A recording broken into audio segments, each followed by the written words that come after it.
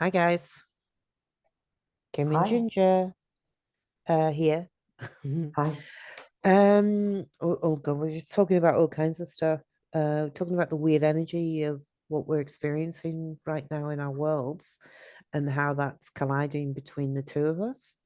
And then we're trying to work out how to talk about it, how to talk about the energy of now. So the way we started was to say, um, where are we? Where is everyone? Uh, why does it appear? Why do we appear to feel alone right now and not connected? And then we're also going to talk a little bit about how to recognize when you are connecting through synchronicity and what that might look like, sort of thing. Anyway, so we're going to begin. I think we might begin this talking about that synchronicity of connecting, though not fully recognizing where you're connected, but there may be signals, loose signals. And we're talking about an event that occurred in Ginger's life without talking about people at all. So do you want to go into that? Absolutely. It was quite an interesting experience. I think you and I have probably had many, but this one came to mind earlier. And a person came into my life in January of this past year and shared their birth date or what they thought might be their birth date. And there's only one other person in my life that I've ever known to not know their birthday. And lo and behold, these two individuals, these two powerful individuals, share the same birth possible two dates. They're uncertain, and but they've narrowed it down to two possible dates. And I feel that the odds of that are so remote that you would encounter someone like that. So this person and I turns out have a lot in common and have a lot to learn from one another. And but in that moment, I just knew from hearing that very random bit of information that could have just gone right by, I knew that this would be an important person and has been likely an important person in my life, perhaps from another time. Right. So I've had similar instances to that, and that event that you're talking about, the dates weren't even consecutive dates. It was like No, I'm either born on June the 2nd or September the 23rd. It's like these two dates that are completely random, and that was the same two dates. So you if you meet somebody that comes forth with information that correlates to something that is completely and absolutely related to you, and there's no other way that that person could have that information, then it's like it's something. Actually, I might tell you a little story about UFOs, which was many years ago. I used to work at Brisbane Airport, and I'd started this morning at about started work at 4 o'clock in the morning.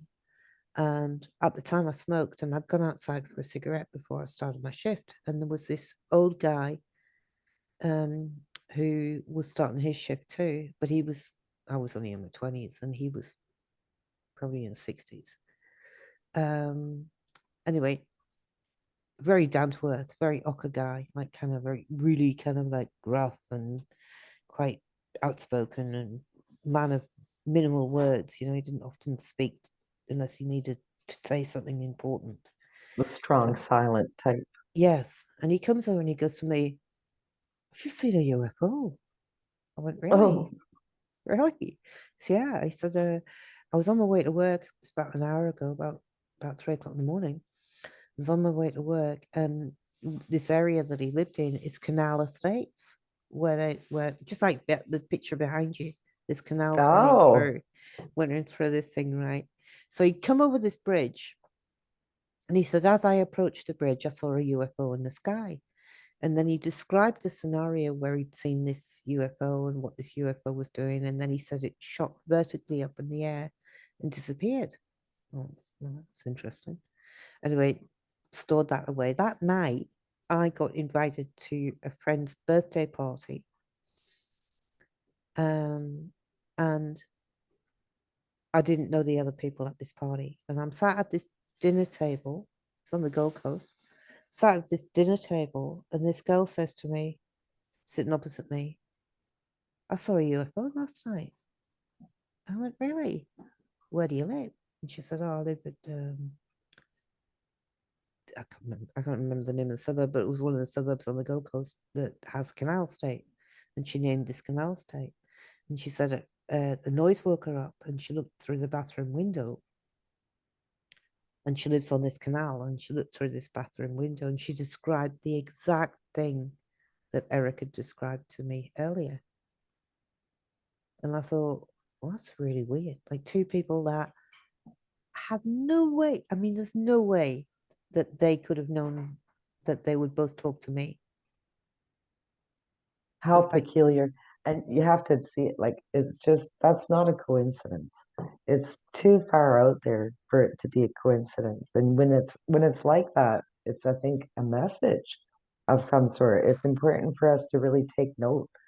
Like for example, birds and animals that can bring messages too. Why are they here? yeah, What are they trying to tell us? I've just done Sometimes it's bats. just a bird, but other times these birds are demanding our attention and I've just done you know, bats. Bats at the back of my house for the last 2 weeks. We usually get them in January, but this time they came in May, and there was thousands of them, thousands, ooh, and they just left like 3 days ago or something. So I don't know what bats mean, or anybody's got what any do ideas of bats what mean? the. Well, I do, but my book is not nearby. But when you think of it, bats have extremely great night vision, or do they? Are they really blind as a bat? How do they manage? They get around with sound? I'll tell you something. I mean, they say that they're nocturnal creatures, but they were very, very noisy even during the day. Very noisy, more noisy during the night, but very noisy during the day, all day. Mind you, Because there there were was. so many of them, I'm sure. Mm, I don't know. I didn't look that up actually. What do bats mean? I'll look that up. I Anyway, like Ted Andrews. He's got a really good take on animals, I think. Wonderful shaman. right. Let's have a look up Ted Andrews bats. Ted Andrews. Oh, looking that up. Andrews animal speak bats. There we go. Ted Andrews bats. Bat He- symbolism.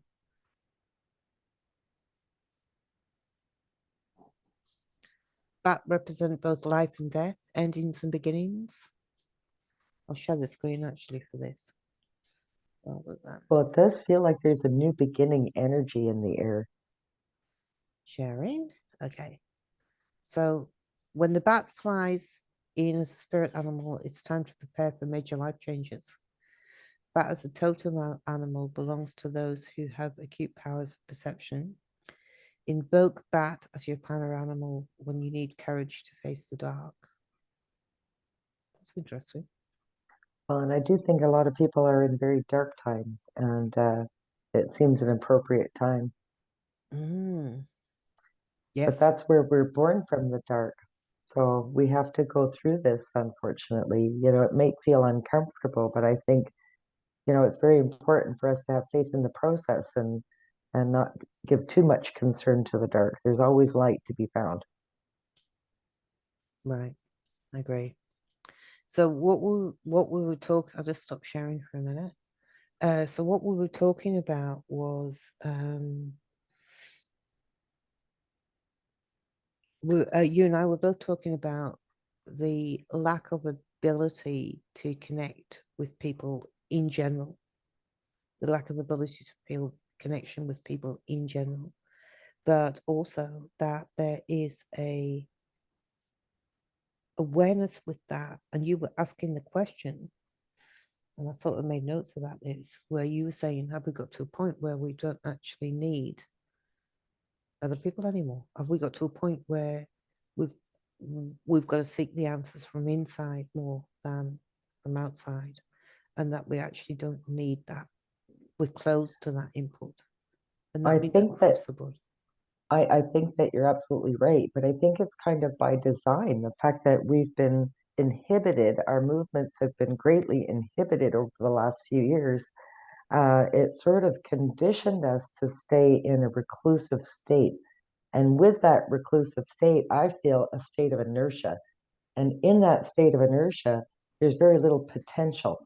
And so I think it's very important for us to have community, because when we speak it out and when we invite other ideas and when we make those connections, those in-person connections, we either are lit up or we are pulled down. And it's important for us to choose, well, what would light me up? What area should I put myself in order to feel more of that lit up way of being?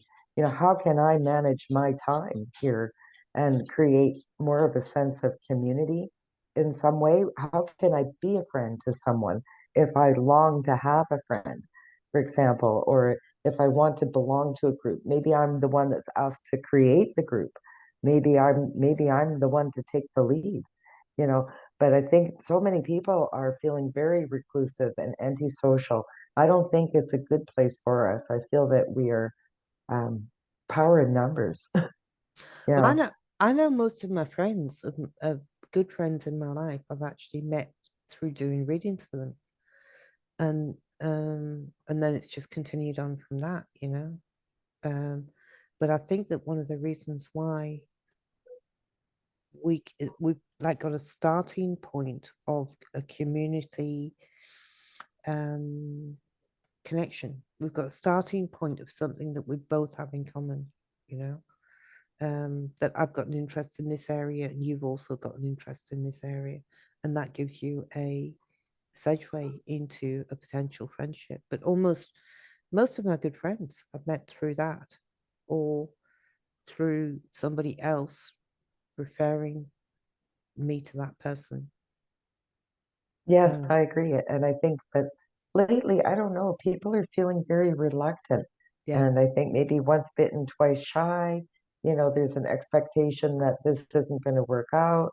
And so again, the reclusivity, I don't know if it's healthy, it's because I hear people complain about not being able to make those wonderful connections, and oh, it must be nice to have these wonderful connections. Well, we have to open up to it, and or not. And if we choose not to, that's fine. but But if we're going to long for that, then we should perhaps try and do something different and maybe give a little attention to the people around you. Maybe they're lonely too. yeah, but the problem is, and I've been experiencing this lately, is you go to have a conversation with somebody and they'll say, why do you want to know that? Yeah, And you're going, well, actually, I was just being friendly. I'm not, to be perfectly honest with you, I'm not really that interested. I was just trying to segue into something that where we might have common ground on. I'm not yeah. really interested in your take on that at all. So there's a brittleness, an edge about people around me or around us. I mean, this is only, it's like you and me having this common um, Well, the thing. light, it's the bringing of a new message, a threat to the old belief system. It's Okay. shining a light. It's shining a light on something that was hidden. Yeah. And it's a very So, uncomfortable experience for people who are used to having control. And people will say things like that to undermine your confidence. And we're wise to send it right back where it came from. yeah. Has nothing to do with us. That's them feeling threatened, I think, by an alternative message. So I had a conversation with my sister last night. And she's in Scotland, and she was saying that we went from pre-COVID. It is just her talking about her awareness or her world. She's saying we went from pre-COVID, where people were very interested in their fitness of their body and the health of their body, but that's her world. And then she said we went to post-COVID, which was people suddenly the awareness or the fixation shifted to mental health rather than physical health so much, and it shifted into mental well-being. And she said she was under the perception that there was a new shift occurring, there was a new meme coming through, as new social awareness, and it was social health. Hmm. And I said that's really funny because that was where just this week my concerns had been in relation to um, putting yourself out there and meeting against this wall of reaction from people when you attempt to be social. You get them reacting as if you're attacking them when you're just making conversation with people. So it seems that people have got a shield up, or they've got a more so than ever before. It's it's very hard to penetrate uh that defensiveness, to just get beyond that level and just be present. I agree. It is a challenge. It reminds me of a book that I never read. I often get enough. I often get enough. I get enough from the title, and so this title is "How to Hug a Porcupine." You can't. You can't. I mean, energetically, you can send love, but I mean, they're just going to resist at every turn. They're not going to allow you to be friendly and warm. That's a threat to their prickliness. I wonder if it's got anything to do with the colors we wear. Oh, I think you're not wrong. I think energetically we would line up with each other. That'd be interesting to watch, kind of like the energy of water. What is the energy of color after all? Yeah. And I are mean, we drawn to people wearing the same colors or colors that we're drawn to in that moment? I Hmm. actually bumped into somebody at the market that I don't know very well, but I bumped into her last week, and um, I said, "Hello, how are you?" And her first comment to me was, "I love wearing orange." And I said, "Actually, I really like wearing orange too. Orange is like my favorite color, I think. Orange, not even orange, like shimmery color, like burnt orange. I don't know what burnt orange means either. Orange keeps coming up for me as well. I keep hearing about it, and I think a lot of it is media, but there is something about it. And what are we looking at there? We're looking at the energy of the sacral chakra, correct? Yeah. So it's a sexual healing, if you will. Maybe that energy is being Well, that attracted towards healing things sexually. well, that's very interesting because that's exactly the next subject I was going to talk to you about, which Mhm. was what we were talking about was the balancing of this masculine and feminine, more balancing of the masculine energy. So the necessity for us to embrace the porcupine.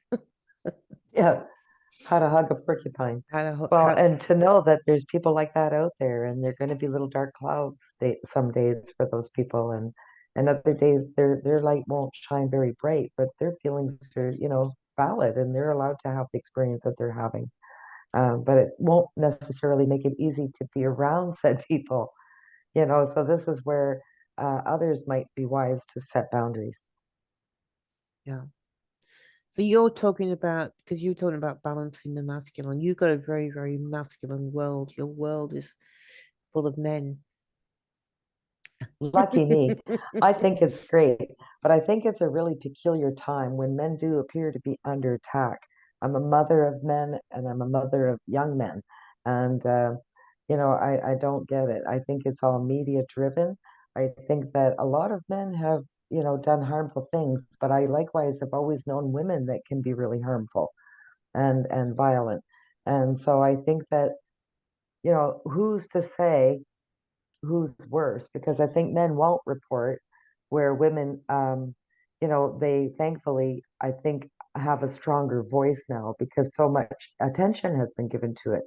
And, so I think it's important now for us to stop looking at our weaknesses.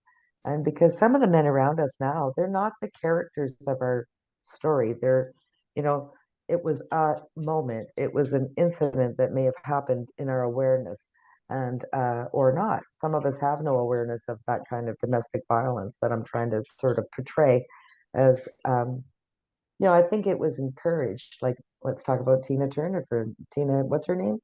Tina, Yeah, you got it right. she, is it Tina Turner? Yeah, I wasn't sure for a moment there. She passed away. And, she went through that very publicly, and or did she? I do see Hollywood as being a stage, and it's all But about that the actors portraying the story that they are trying to get us to respond to. They're trying to influence us with this.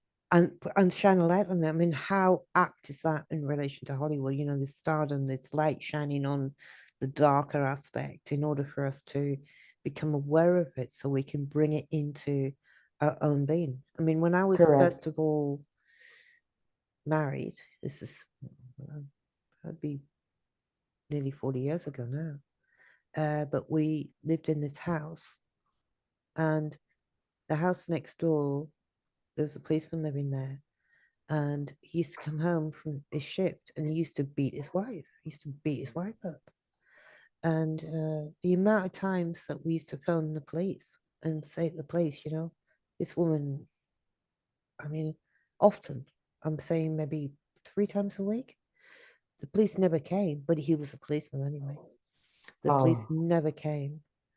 But we used to discuss how horrible it was and how whether or not we should get in there, whether or not we should go in there and do something about it. And then we couldn't. what an impossible situation. I really feel for people who've been through that. And, I'm not saying that that doesn't happen, but I'm saying that not every man is doing that. But I do feel that females, especially, are being influenced at the moment to really hate men, and they've become the abusers. And, so that's not how we're not going to solve any problems like that. We have to find another way. And so again, I think it's through that high vibrational stuff, the gratitude, and how can we be grateful for our men? They're so important to us, and a major part of our story. They're half of who we are. They're Yeah. the other half of our experience. Yeah. So And so, the they freq can't all be bad. They're the not. I know that to be true. the frequency of where our consciousness is at is completely relevant to the external experience that we have in our lives. Yes, So our thinking, if we think men are bad, men are bad. If we correct. think men are good, then men are good. It's a little bit more complex than that. But basically, if you're having experiences where men are doing something unto you that is uncomfortable, then it's likely. I'll try and. This is a bit vague. I'm going a bit vague here on you, so I'll try and make it more real. This is not somebody I know, but recently I heard a story of a woman who'd had her tires slashed. Oh, no. And I said to the person telling me the story, can you tell me if this woman is experiencing fear of a man hurting her at the moment? Not actually the experience of, but fear of that happening to her. And she said, that's really weird because she'd been talking last week about being stalked by Oh, somebody. And I said that the experience of the slashing of her tires is actually in alignment with that particular fear. It's an alignment of you fearing something that isn't actually happening, but your perception is that it's actually happening. it's so true. And then we talk about it all the time. This is how we manifest. And this is why it concerns me about the influencers. On the one hand, I think, yes, it's important for us to shine a light on certain subjects, but it became a very popular subject, and every channel had more and more and more of it, so it became very influential in the home and almost okay. And if you're expecting it, are we manifesting it? How does it all work? I don't think How that does it all work? I don't think manifestation works on a direct level though. I don't think that you go out to manifest violence. or Mm. you don't go out to manifest to be frightened of something. But the No, we wouldn't experience, consciously do that. yeah, but the experience will come to you in order for you to overcome your fear of it.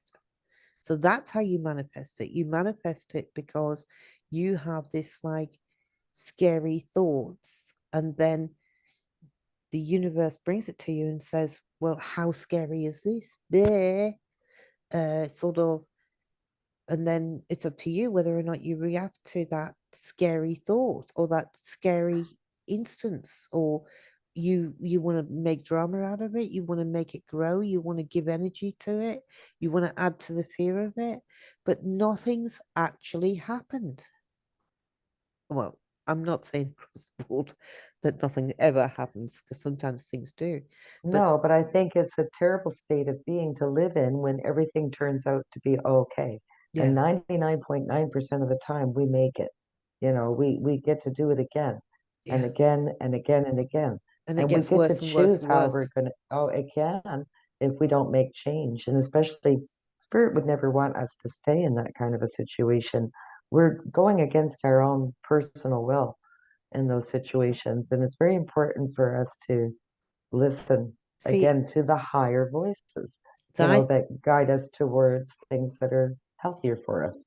I had experiences with the type of balance that we're talking about in my younger life. But I actually think that one of the reasons I had that experience was because I was being bullied, and I wasn't standing up for myself. So And I think it's so important for children to speak and say, no, you're not doing that to me. But yes, who gave us permission to do that? What kind of training have we gotten to use our voice in those moments when we're being, put in a position of you're trying to take my power. yeah. You're trying to make me do something that I don't want to do. And Well, how I don't do want to do what you want to do. But how does a person say that if they've never had that situation and how occur? So why how not do we role play it? teach? Y- How do y- we teach somebody else not to do that? How do we teach somebody to say, uh, this is the point where you say no? mm. Well, I think it's about listening to what feels right. Again, like I can't draw the line in the sand for each person. Everybody's got their definition of hit bottom, and somebody else's hit bottom might not be the same as mine.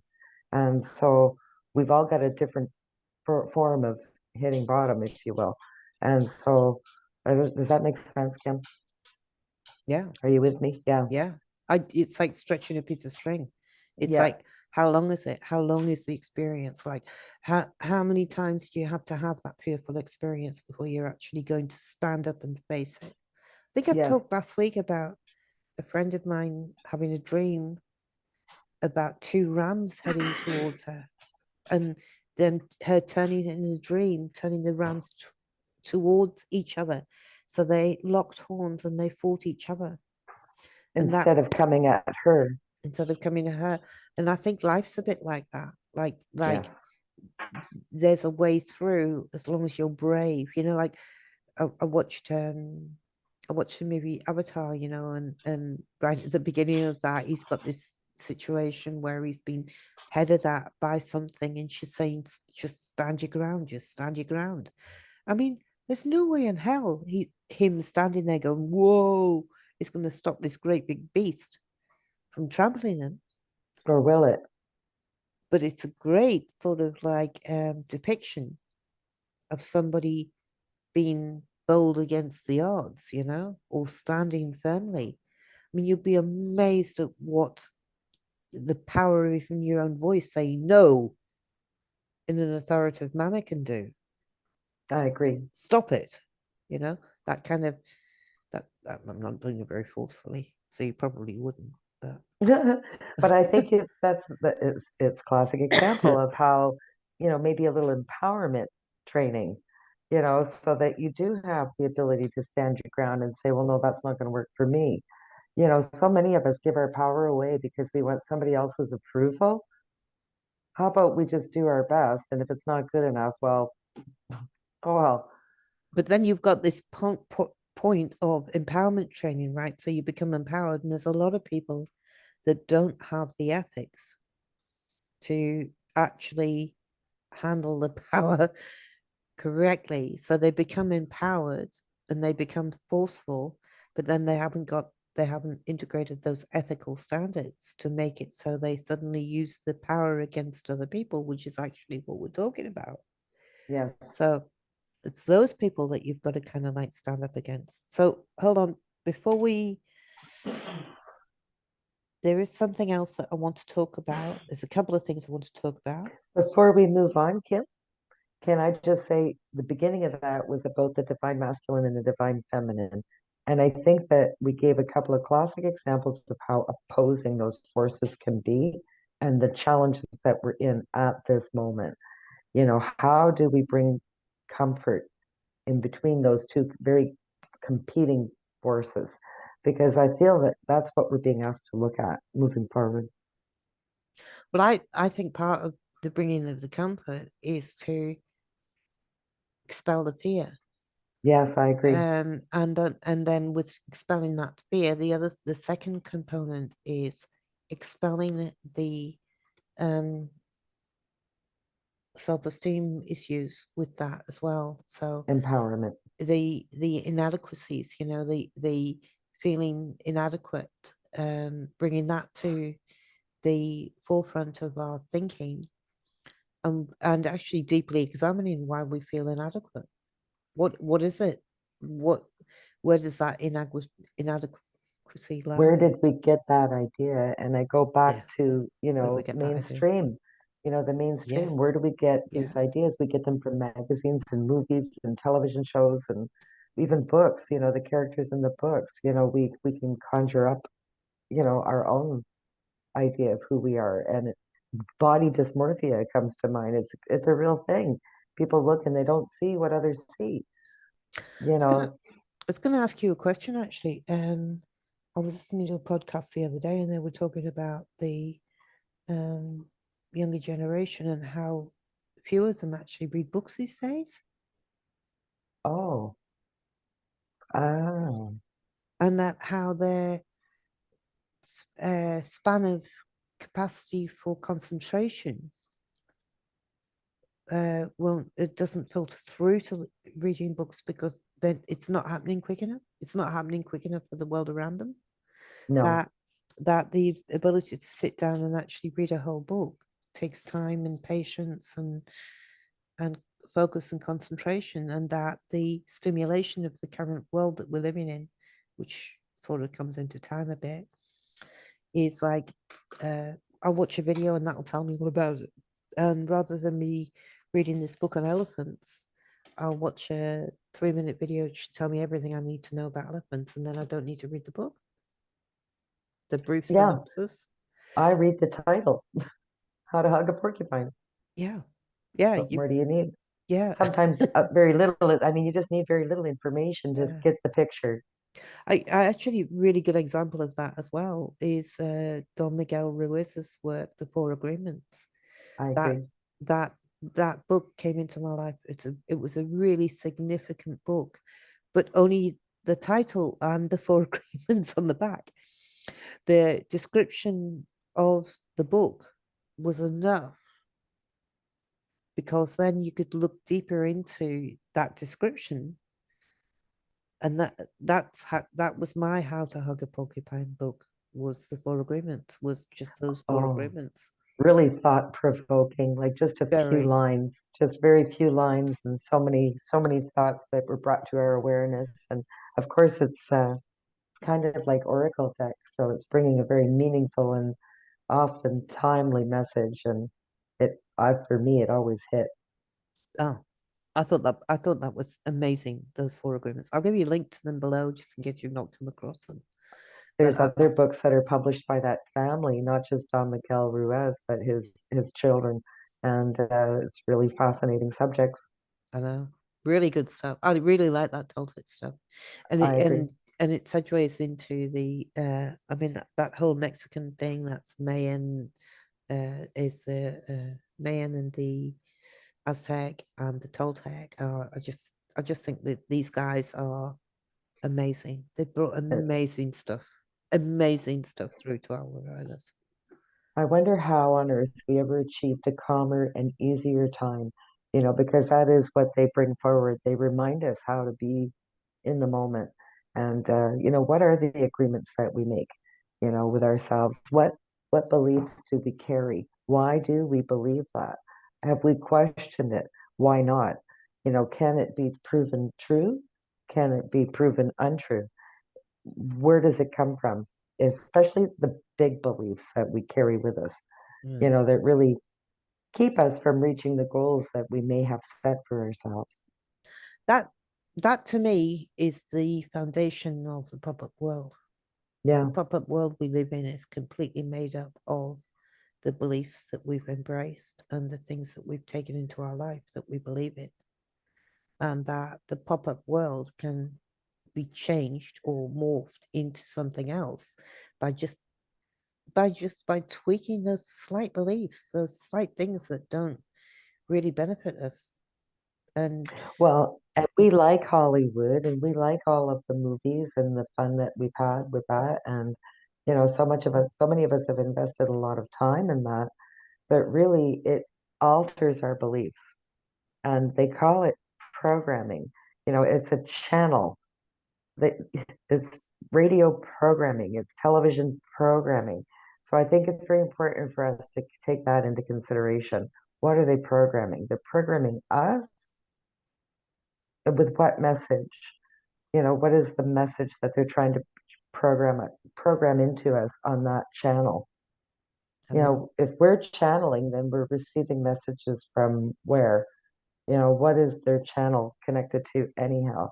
I just feel very uncomfortable around that realm because I feel my language is faulty today, but I feel that it is highly influential, and we see people follow it in droves. And I don't know. I think it's a dangerous tool. I I mean, one of the things that was very much around like maybe 20, 30 years ago was a mini series from America called I think it was called Love and Marriage. Al Bundy in it. Do you remember that? I Where do. and the way he treated his wife Yes. and the way that they all spoke to each other, and to think that you're getting programmed on a daily basis that this is normal behavior, or maybe not. Maybe you, Roseanne Barr, yeah, yeah, portrayed the working mother. yeah, And this is how you're supposed to behave. I knew a lot of women that emulated Roseanne Barr. yeah, And she rose to the top. yeah, She was at exactly. the top of her game. It was all sarcasm, though. I And, know, with that, there's a lot of truth and anger and hate and yeah, jealousy and all I that low know, vibrating stuff. So why did yeah. we laugh? I think we were uncomfortable.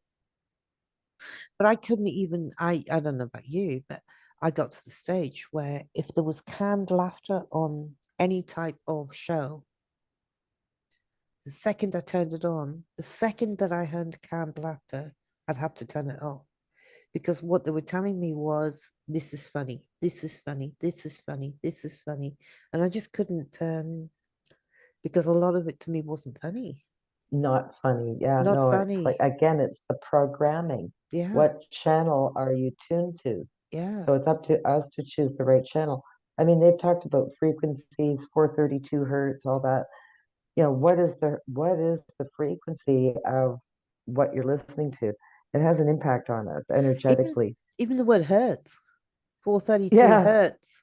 Like, that's what true. the hell? Why'd they call it I wanted to hertz? back up to the comment that you made about the discussion you were having with relation to social, moving from Yeah. physical. It To reminded mental me, to social. yeah, and it reminded me of my belief that we're moving not into Aquarius, but into the age of Gemini. And so lo and behold, here we are thinking, right? So it's all thought energy. Air sign is thought. So Gemini is air signs, but so is Aquarius. Aquarius is more creative. Gemini, a little more masculine and feminine, a little more both sides, very diplomatic. and able to see both roads very clearly, I think. And so that's the gift of the Gemini. And I think that that's where we're moving from. So she was saying out of the material, physical, lifting weights and body conscious land of Taurus, and into a more light social and becoming more social. I think that's something that we're going to learn as we move forward because I do think it's already happening. If you look at some of the other channels on YouTube, you'll see that there's been a lot of collaboration this year. And or at least I'm witnessing that there's a lot of collaboration, like many screens pop up on some of the people that used to share wisdom before are now inviting a lot more people onto their channel. And so it's interesting to witness even that ripple. We've been inviting a few people, but we haven't managed to coordinate it with time differences and what have you. James is now living in Portugal, and he's living a little out of the way. And I haven't even emailed him actually, but we have been trying to get together with a few other people, just haven't managed to coordinate it yet. No, if it's Uh, meant to be, it will be. And if anybody's interested and wants to contribute, I don't know about you, Ken, but I'm open. I'm completely and open. I think that's where we're at right now. But Mm. some of us are still very closed in our old beliefs, and they need more time. And it's quite intimidating, the idea of um sitting on a chair and talking. Like opening up to Chatting, small talk. You don't have exactly. to share everything. Just share what you're comfortable with. I don't know how we've gotten there so quickly, but here we are. And the other thing about your conversation was about the crown. So that again is all about can't I don't know if I can use the word, but originally uh, we called it COVID, but before that we called it Corona. correct. Mm, And so I think that that's very significant because it's about the crown, it's about the mind, it's about our thoughts, yeah. and it's about Also the crown chakra. It's also, correct. I mean, I have this perpetual feeling that what we're dealing with is this final level before we break through. I really feel like we're in this final stage of a massive breakthrough. I just don't know when. Likewise, that's not being shown to me either, but I do anticipate it, and I think that it is at the moment. I'm very focused on the blending of the two, the masculine and the feminine. So you may find yourself in completely foreign waters. Just have faith that you're there for a reason. It might not feel like what you're used to, but you're trying to learn something. I think that's how it sort of feels to me at the moment with the energies. Okay. It's bringing the two together I'm and gonna share having I'm gonna share the screen because something you brought to my attention. I'll give you a link to this later. This is Astromatrix's page. They have really, really cool information on here. So you were telling me that at the on moment, the moon is in Leo, and then in a few days' time, you see over on the side there, today's the 26th here in North America, and moon is in Leo, and then on the 27th, it will move into Virgo. So it's going from fire sign Leo, ruled by the sun, into Virgo, ruled by Mercury. So communications. But here, it's more about lower communications because Virgo rules over the bowels. And for Virgo, people who are born in the month of September, um, some of the month of September at least, August, September, they are um, asked to let it go. They're asked to let it go, and it's their task. It's a challenge for them to let go, literally. So in that time, we may notice that there's some challenges for us in our bowels. And then moving forward, it's Libra. You may notice, hip, and I do find it all very interesting. At the moment, the sun can I just is, interrupt 1 second? What did you yeah, say about hip? well, that's Libra, the balancing, the scales, the The Uh, scales of justice that's is Libra, the libraries, so why hip? because that's the part of the zodiac man. So we talk about how we have these mineral weak spots. So that would be for the Libra, the weak spot would manifest itself in around the hips. Really? Yes, That's and that date. yes. And we're Libra. in the time of Gemini right now. So we will notice that you might, like, if things are not going well for you, if you're not taking good care of yourself, practicing good self-care and setting powerful boundaries, then you may notice that anything that you have two of is feeling a little weak. And so your two eyes, your two ears, your two shoulders, your two lungs, your two arms, your two hands, anything that there's two of, you may find that that's noticeable in this time of Gemini. Okay. So just to go on to the full moon in Sagittarius, which is happening on Hmm. the 4th of June. Very Now, soon. let me just reiterate for a moment. So when you get the full moon, you imagine you've got a stage, okay? And you imagine the full moon is a light beam that's beaming down on the stage. And the full moon is always shining on the darkness to bring it to the light. So it's often held in the negative form of that, but it's bringing it to the light in order for you to be assisted to heal that darkness from within you. So it's like bringing it to your attention so you can recognize it, so you can deal with it, so you can overcome being bullied by it. So this is, as I said, I'll give you a link to this as well.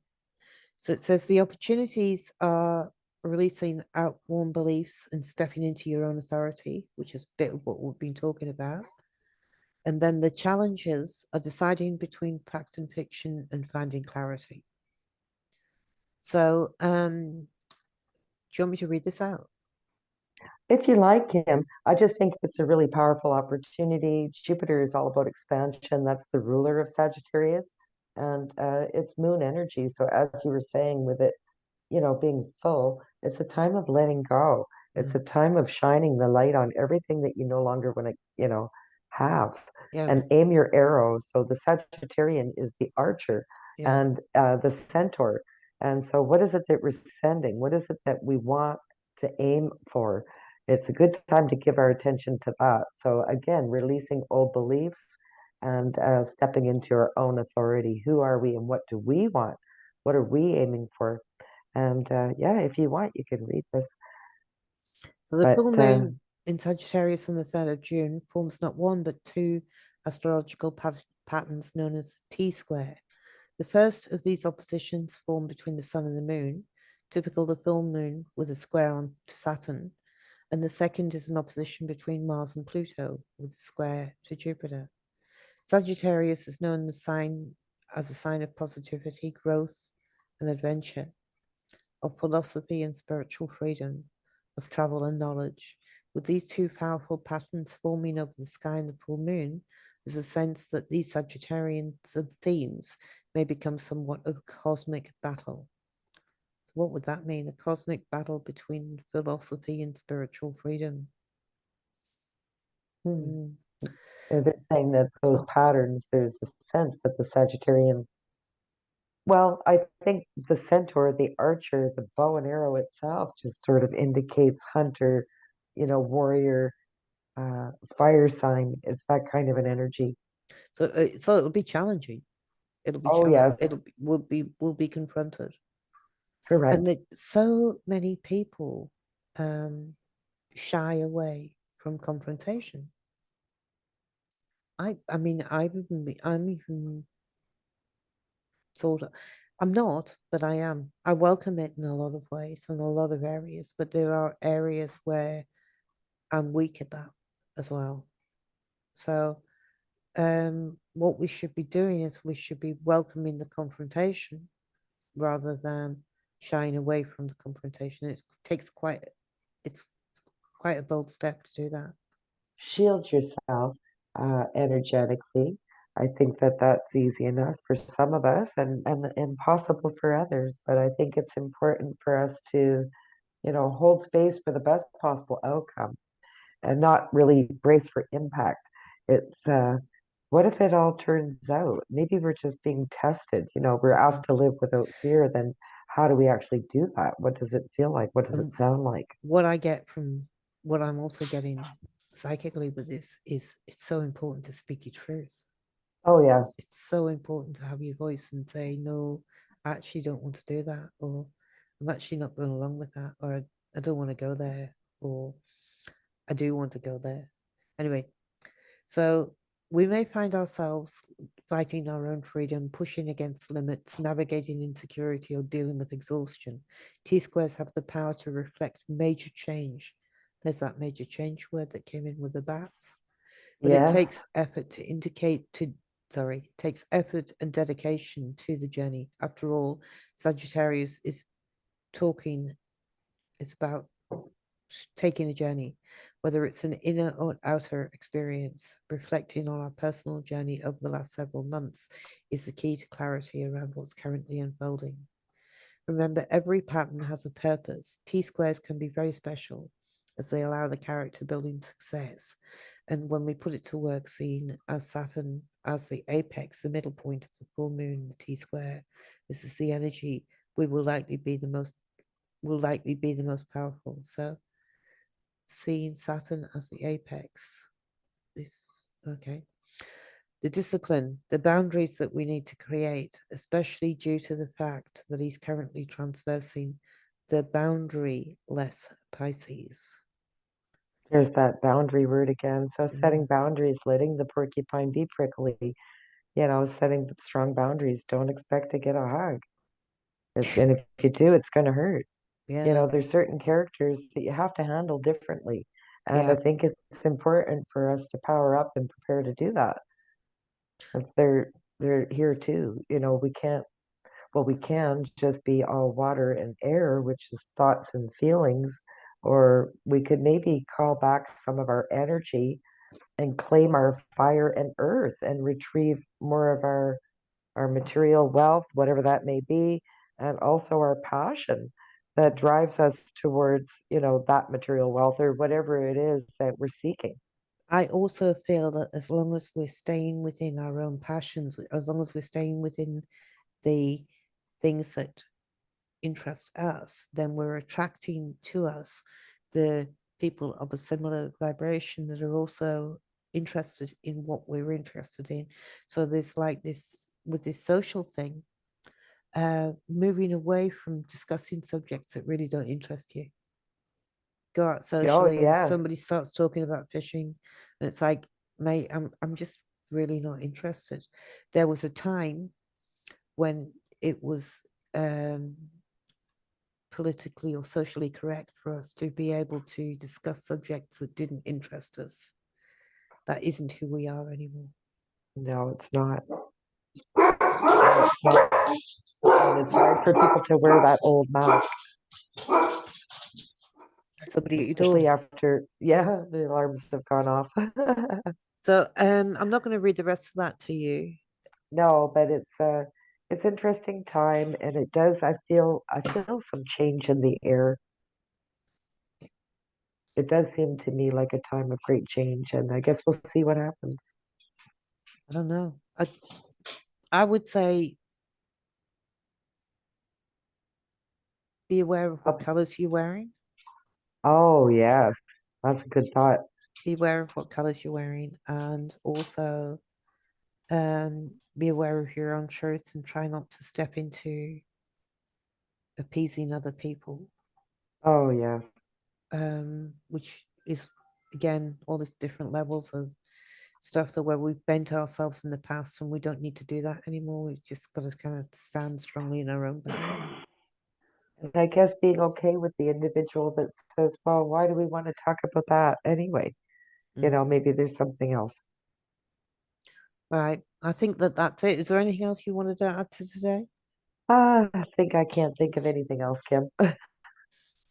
But it is nice to touch base. It's always nice to hear from you and touch base and share some thoughts. And And that's what we've got for now. I'm just curious to hear how other people feel because it's been very quiet out there in YouTube land, I think.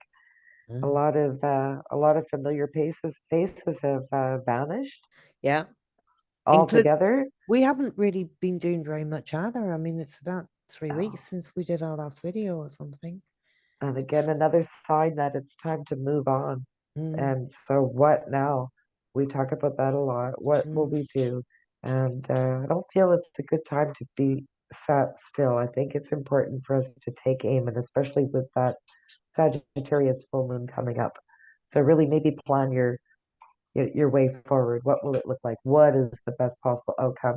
And just hold space for that. Who says it won't work out? What if it does? Okay, I'm going to give you a link to that so you can read the rest of that thing if you want to read it yourself, because I only read half of it. And I'm going to say goodbye. And thank you Yeah, very much for listening. And we'll talk to you all soon. all the best. See ya. Bye for Bye. now.